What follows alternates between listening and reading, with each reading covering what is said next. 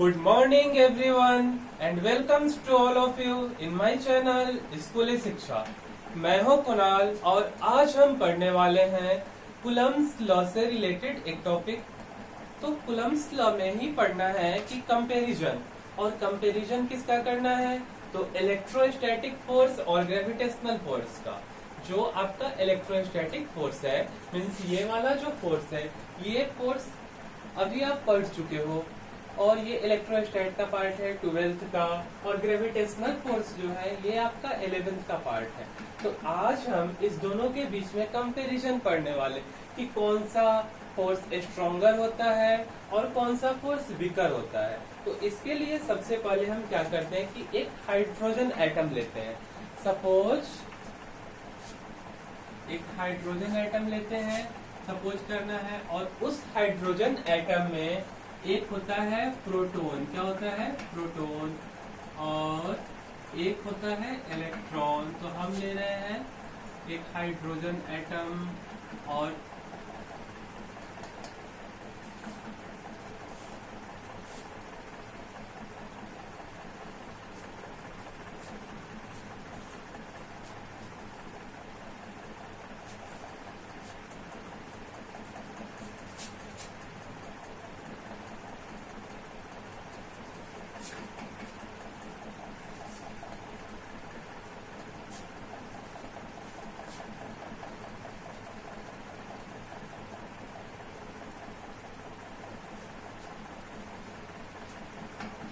तो इसमें हम क्या कर रहे हैं कि सबसे पहले ले रहे हैं एक हाइड्रोजन एटम। मीन्स हम एज्यूम कर रहे हैं सपोज अ हाइड्रोजन एटम। आप ले लीजिए एक हाइड्रोजन एटम। क्या कीजिए? Suppose a hydrogen atom. Suppose करना है एक हाइड्रोजन एटम को। तो आप जानते हैं कि हाइड्रोजन एटम में क्या होता है, एक प्रोटॉन और एक इलेक्ट्रॉन। तो सबसे पहले हम उसमें से एक प्रोटॉन लेते हैं और उसको फिक्स कर देते हैं। ये लीजिए आप एक प्रोटॉन, ये आपका हो गया प्रोटॉन।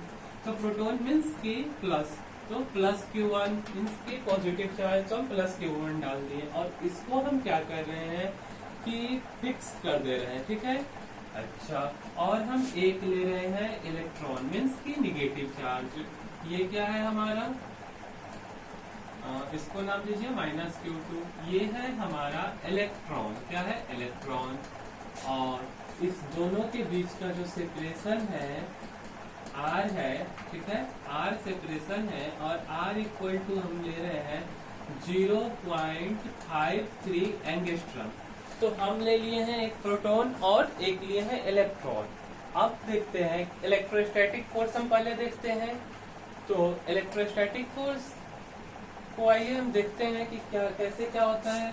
R इक्वल टू हम लिए हैं 0.53 एंगस्ट्रॉम। और आपको पता होगा, हम आपको साइड में लिख दे रहे हैं कि यहाँ पे लिख रहे हैं 1 एंगस्ट्रॉम इक्वल टू होता है 10 to the power -10 मीटर। कितना होता है? 10 to the power -10 मीटर। ठीक है, तो इसको आप मीटर में जब आप कन्वर्ट कीजिएगा तो क्या होगा, 0.53 into 10 to the power -10 metre. इसको आप क्या लिख सकते हो, 5.3 into 10 to the power -11 metre. ठीक है, अच्छा। उसके बाद अब हम बात करते हैं फोर्स ऑफ एट्रैक्शन की। तो एक है पॉजिटिव चार्ज, एक है निगेटिव चार्ज, और हमारा जो फॉर्मूला है वो फॉर्मूला क्या होता है, 1/4πε0 Q1 Q2 R²। ठीक है, अच्छा। यहाँ हमारा जो Q1 है, Q1 का वैल्यू हम कितना लेंगे, 1.6 into 10 to the power -19 coulomb. And Q2 का वैल्यू कितना लेंगे, 1.6 into 10 to the power -19 coulomb, same ही। और उसके बाद R का वैल्यू हमको पता है, और 1/4πε0 इसका वैल्यू कितना लेना है आपको, 9 इंटू 10 to the power 9 मेरा होता है न्यूटन मीटर स्क्वायर पर कूलम्ब स्क्वायर।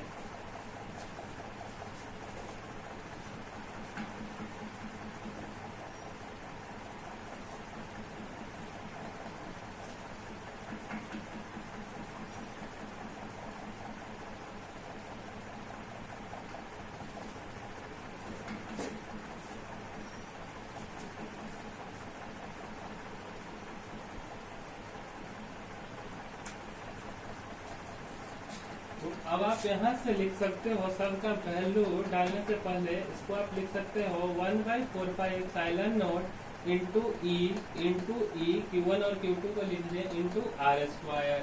ठीक है, और जब हम इसको लिखेंगे, इसका अगर हम वैल्यू डालते हैं तो कितना लिखेंगे, 9 इंटू 10⁹, यूनिट नहीं डाल रहे हैं, डायरेक्टली वैल्यू डाल रहे हैं, 1.6 इंटू 10⁻⁻19 इंटू 1.6 इंटू 10⁻⁻19 और डिवाइडेड बाय 5.3 इंटू 10⁻⁻11 का होल स्क्वायर।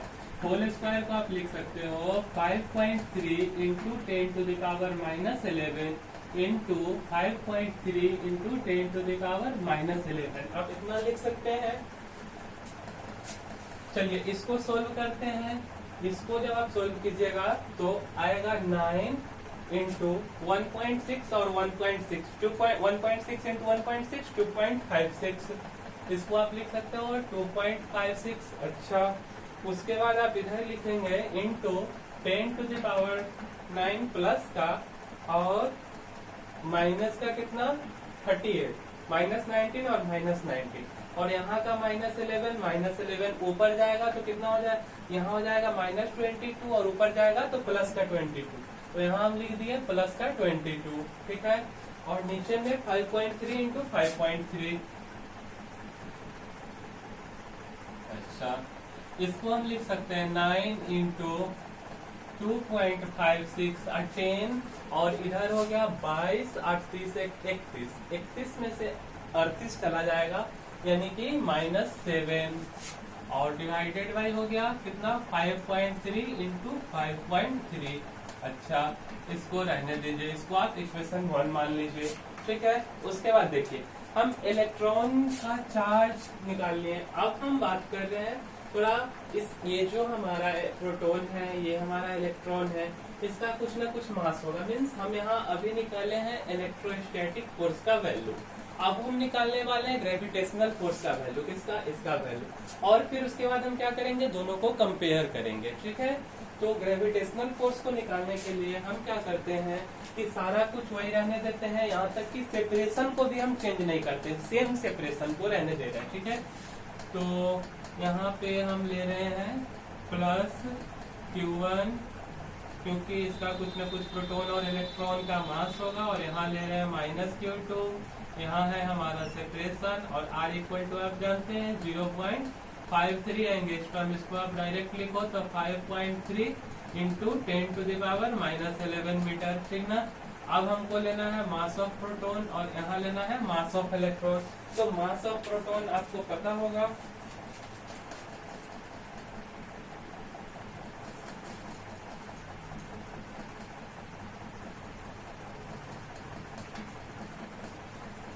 अच्छा हम यहाँ कौन सा फॉर्मूला लगा रहे हैं, ग्रेविटेशनल फोर्स का। तो जो ग्रेविटेशनल फोर्स होता है उसका फॉर्मूला आप पढ़े हुए हैं। ग्रेविटेशनल फोर्स का फॉर्मूला होता है Gm1m2/r²।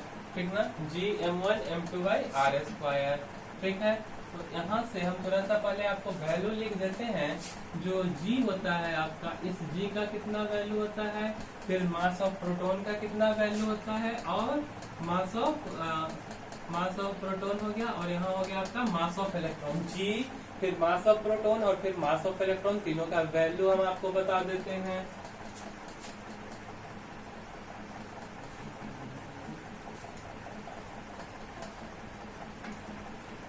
तो ये होता है 6.67 इंटू 10⁻⁻11 न्यूटन मीटर स्क्वायर पर kg², और मास ऑफ प्रोटॉन होता है 1.67 इंटू 10⁻⁻27 kg, और मास ऑफ इलेक्ट्रॉन होता है 1.675 इंटू 10⁻31 kg।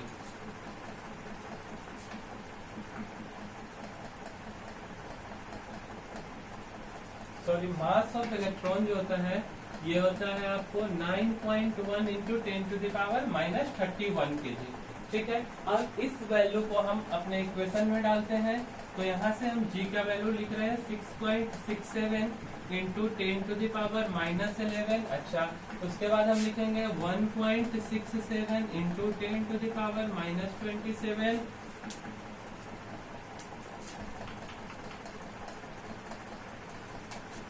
ये हो गया 1.67 इंटू 10 टू द पावर -27। और इसके बाद हम लिखेंगे 9.1 इंटू 10 टू द पावर -31। और इसके नीचे GM1 M2 R स्क्वायर होता है, तो इसको हम डालते हैं 5.3 into 10 to the power -11 into 5.3 into 10 to the power -11। ठीक है, इसको आप लिख सकते हो 6.67 इंटू 1.67 इंटू 9.1, 6.67 इंटू 1.67 इंटू 9.1।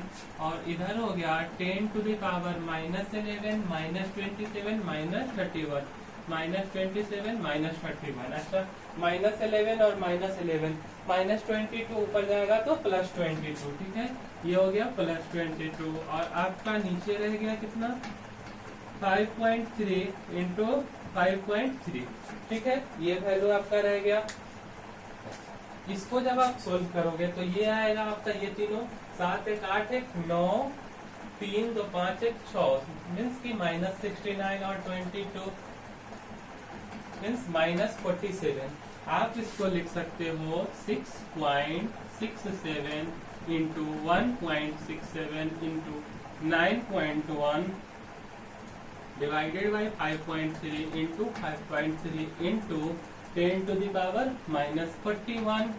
ये भी न्यूटन में, और हमारा ये जो वैल्यू आया न्यूटन में। इस इक्वेशन को हम नाम देते हैं इक्वेशन 2। ठीक है,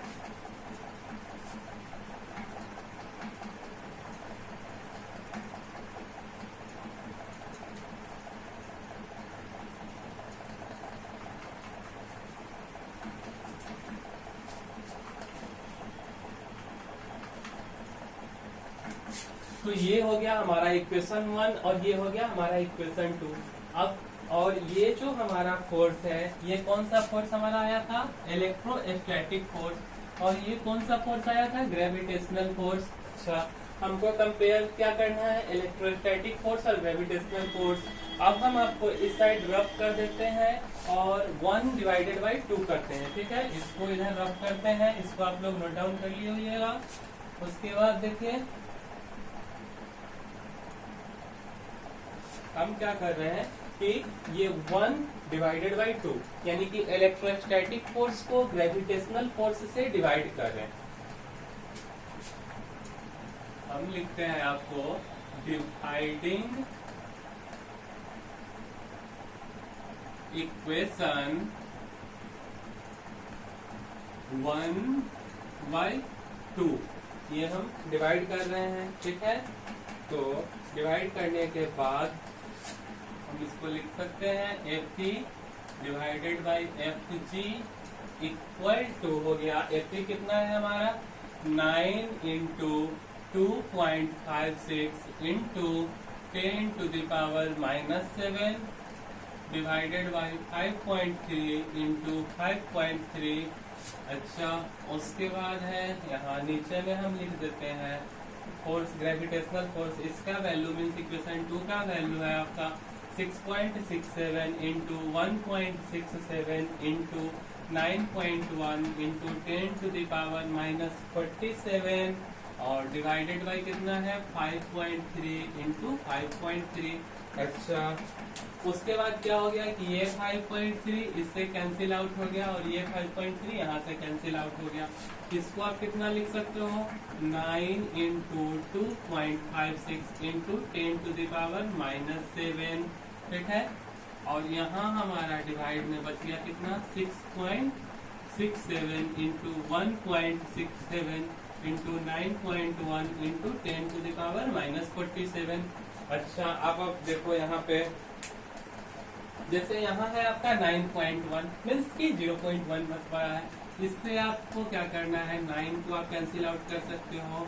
ठीक है, उसके बाद आप देखो 2.56 है और यहाँ है 1.67।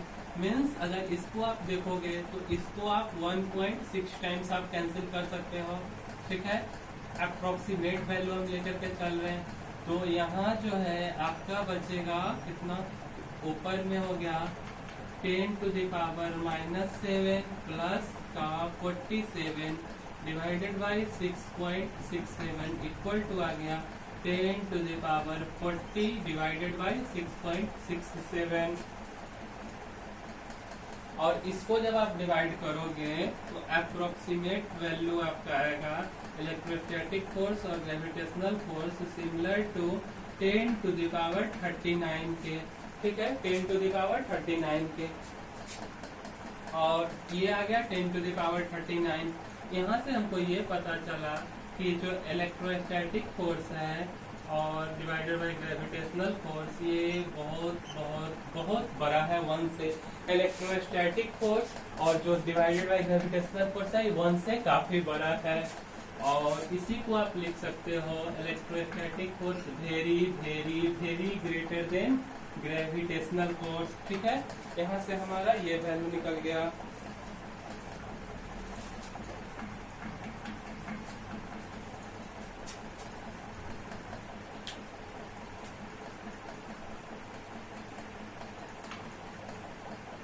और इसी को आप लिख सकते हो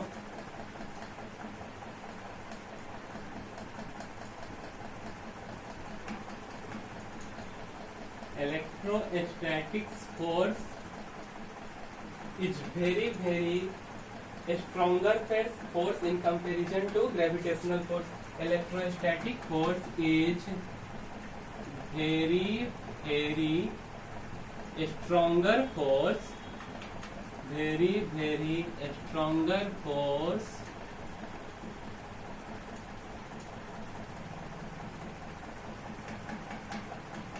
in comparison to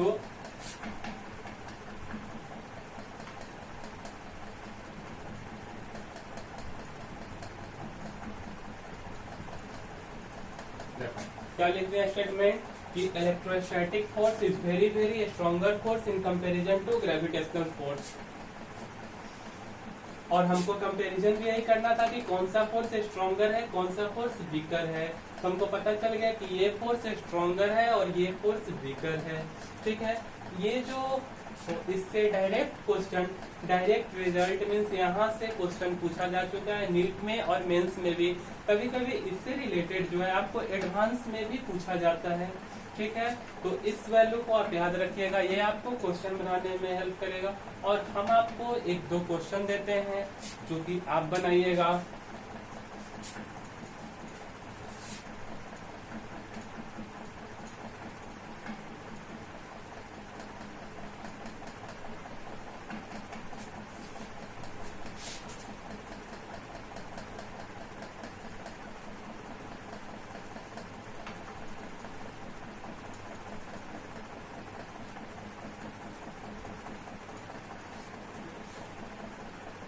पहला क्वेश्चन है, यहाँ है प्रोटॉन और यहाँ भी है प्रोटॉन, जो पहला क्वेश्चन है। और यहाँ है R = 20 मीटर, ठीक है। तो हमको यहाँ निकालना है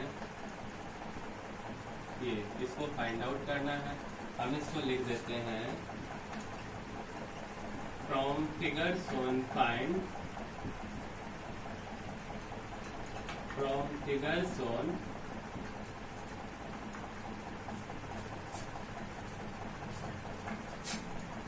find the value of Fe divided by Fg, ठीक है।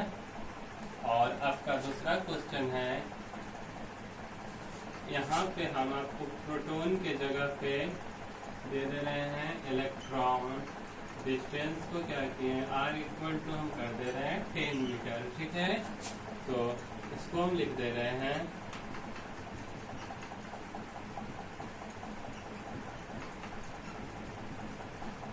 from figure shown find the value of Ft by Fg। तो ये दोनों क्वेश्चन है, ये यहाँ प्रोटॉन प्रोटॉन है, यहाँ इलेक्ट्रॉन इलेक्ट्रॉन है। दोनों के लिए आपको Ft by Fg का वैल्यू निकालना है, यहाँ भी Ft by Fg का वैल्यू और यहाँ भी आपको निकालना है Ft by Fg का वैल्यू। ठीक है, इस दोनों को आप सॉल्व कीजिएगा, ये दोनों आपका सॉल्व हो जाएगा। इससे रिलेटेड क्वेश्चन कई बार पूछा गया है, तो इसको थोड़ा ध्यान से आप देखिएगा।